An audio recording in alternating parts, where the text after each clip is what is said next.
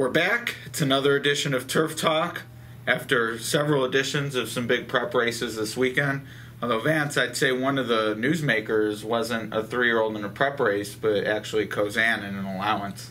Yes, destroyed that allowance field on Sunday at Gulfstream by over 12 lengths, I think. And he's got the pedigree to be a very special racehorse, but he is behind the 8 ball as far as making it to the Kentucky Derby. He has no graded stakes points, and he's an unraced 2-year-old. That I know you have a very strong opinion about those kind of horses. I'm a believer in the so-called Apollo curse. It hasn't happened for well over a century now, several generations. To me, the Derby just seems to be a race where bottom and foundation has played a role in how horses perform. And yes, we have had several unraced 2-year-olds perform well in the race. To me, the close call of horses of the talent level of a Curlin and a Bodemeister support the reason that it doesn't happen, not detract from it. So, you always hear, well, if they couldn't do it, no one can.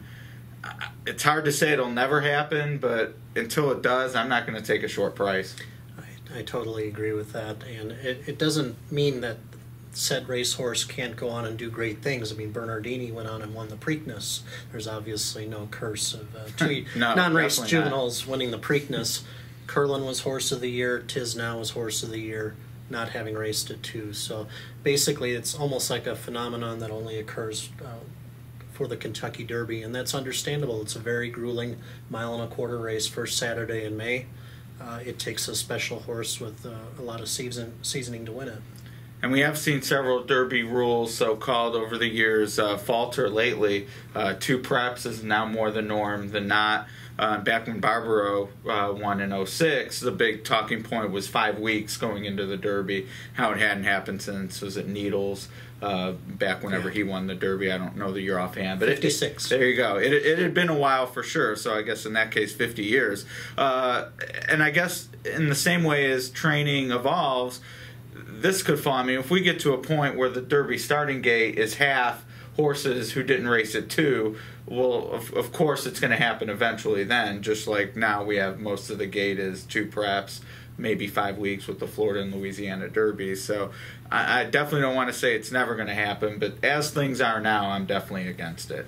I'm against it too, and until it's actually broken. That's the way I've treated all the Derby curses in the past, so I'll keep my money in my wallet or spread it around elsewhere. Yeah, that's right. All right, well, that's we're believers in the Apollo curse. We're not going to try to anger the Derby gods on that score, but there is a great article on the twinspires.com/blog from Doug Salvatore looking at just how fast Khozan has already been to date, and pretty rare company with him, and mentioning names like Pulpit, who was the favorite back, was at the 97 Derby, yep. Indian Charlie, not even as fast as Khozan, but a name that comes to mind, brilliant very quickly as the 3-year-old, the favorite in the 98 Derby. So check that out on the blog, and join us again next week for another edition of Turf Talk.